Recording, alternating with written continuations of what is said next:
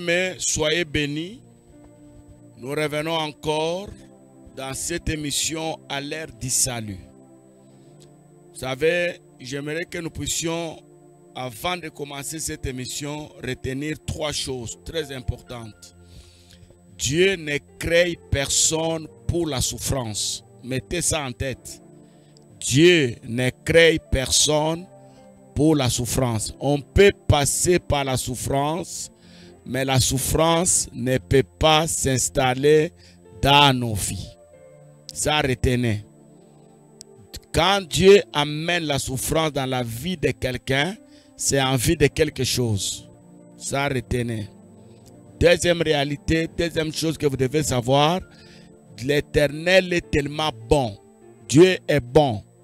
Aucune méchanceté sur cette terre ne peut avaler la bonté de Dieu sur votre vie. Vous pouvez naître des pères sorciers. Vous pouvez naître dans une famille où tout le monde est sorcier. Vous êtes les seuls justes. Leur sorcellerie là ne peut pas bouffer la bonté de Dieu sur votre vie. Et cette bonté là ne s'arrête jamais. La Bible dit dans le livre de Lamentations, et se renouvelle chaque matin. La troisième des choses, mourir, tu vas mourir, mais tu mourras quand Dieu va décider. Mourir, tu vas mourir, mais toi tu mourras quand Dieu va décider. Si tu meurs à 20 ans, c'est que Dieu décide que tu meurs à 20 ans. Si tu meurs à 100 ans, c'est que l'Éternel a décidé que tu puisses partir à 100 ans. Nous sommes sur notre chaîne YouTube. Merci de vous abonner. Merci de partager nos vidéos. Merci, bien-aimés dans le Seigneur, de faire des commentaires. Merci de nous appeler parce qu'il y a nos numéros. Vous pouvez nous appeler. On peut partager d'autres éléments. On peut répondre à des questions que vous vous posez par rapport au thème que nous exploitons. Nous avons déjà commencé avec la vidéo précédente où nous avons parlé des réalités de ton étoile. Ton étoile là, c'est ça ta vie spirituelle. Ton étoile, c'est ce qui définira ton demain. Ton lendemain dépendra de ton étoile.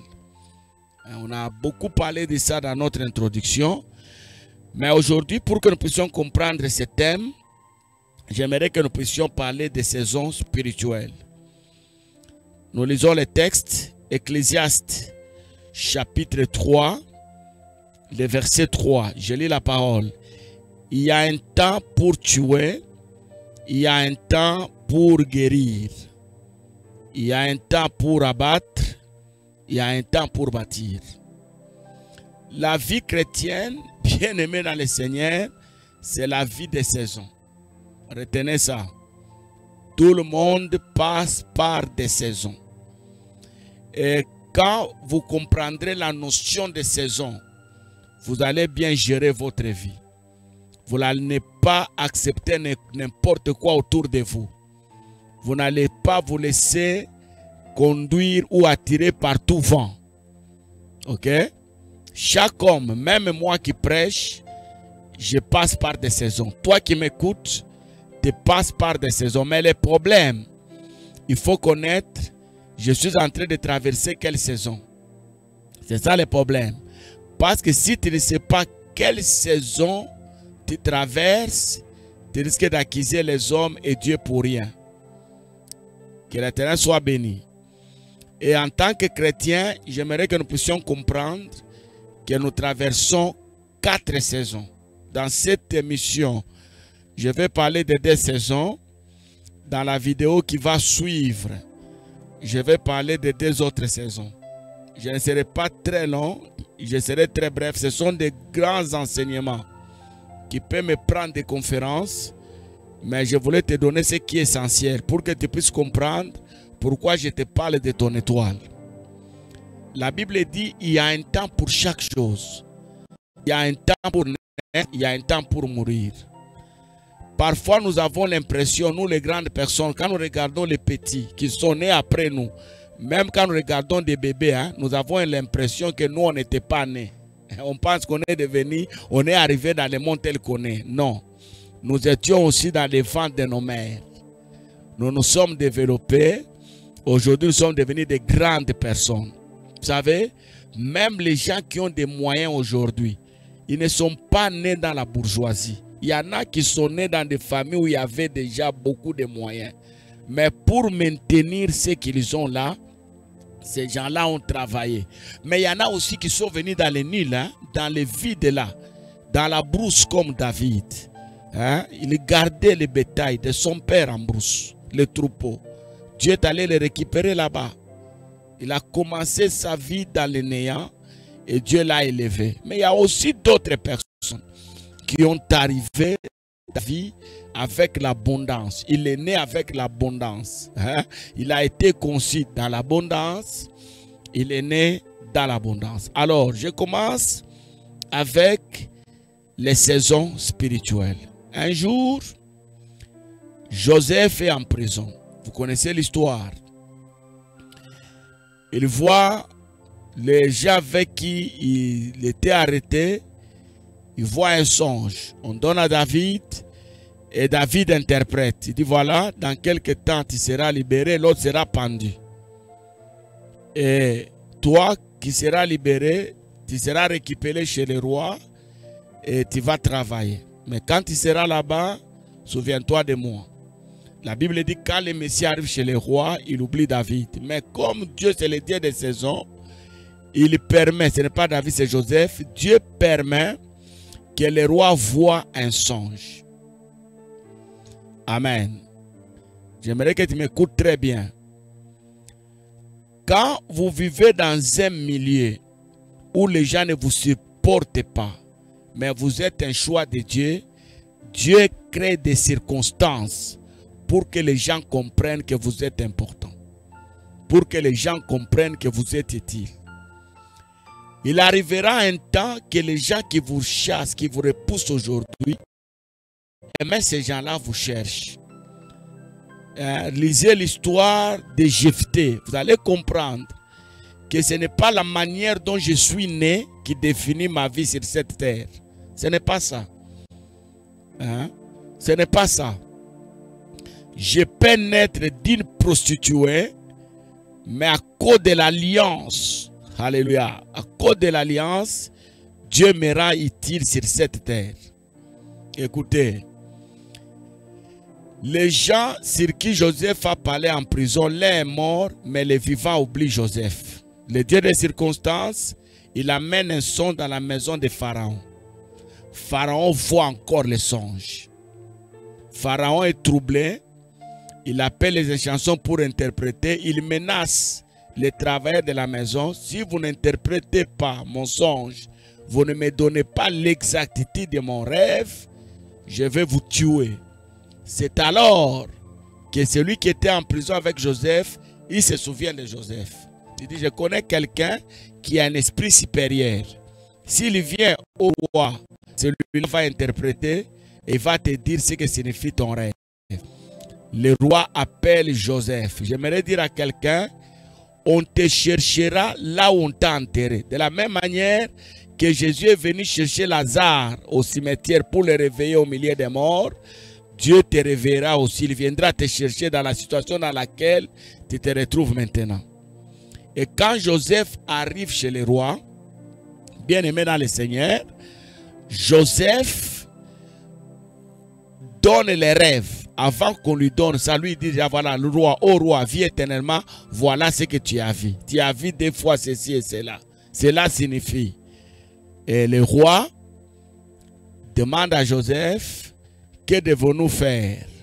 Joseph lui dit, voilà, il y a les 7 ans qui viennent où vous serez dans l'abondance.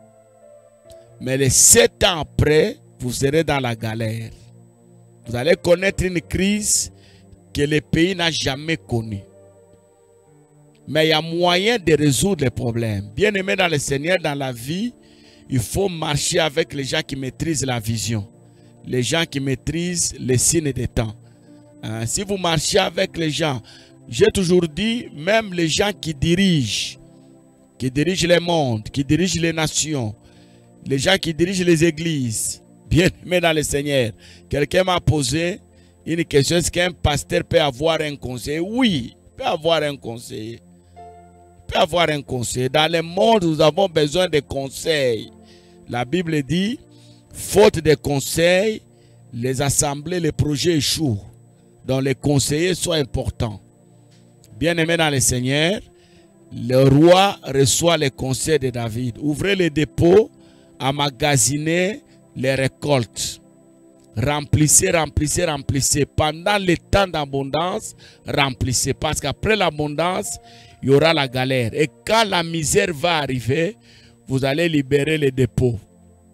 Et vous ne sentirez pas cette famine. Et le roi a accepté les conseils de Joseph. Écoutez, je vais vous dire une chose.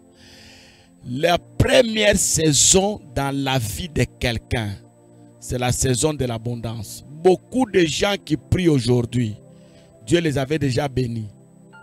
Mais ces gens-là n'ont pas eu la capacité de gérer ce que Dieu les avait donné. Il y a des choses que nous demandons aujourd'hui en prière. Nous allons à la montagne, nous crions, Dieu donne, donne, donne. Quand tu regardes dans l'histoire de ta vie, Dieu t'avait déjà donné. Mais tu avais mal géré. Amen. La saison de l'abondance. Vous passez par l'abondance, vous récoltez même là où vous n'avez pas semé. Hein? Vous ramassez partout. Les dons viennent de toutes parts. Même les ennemis vous donnent les dons. C'est une saison. Ça ne va pas demeurer comme ça. Après cette saison, il y aura une autre saison. Que Dieu nous bénisse. Après la saison de l'abondance, nous avons la saison de la médiocrité. Vous savez, même les chefs peuvent passer par cette saison où vous sentez que nous n'avons pas, on n'a rien. J'ai cultivé, mais je n'ai pas bien récolté. Ce n'est pas toutes les années qu'on récolte de la même manière. Hein? Ce n'est pas toutes les années. Non. Il y a des années où si vous avez récolté, c'est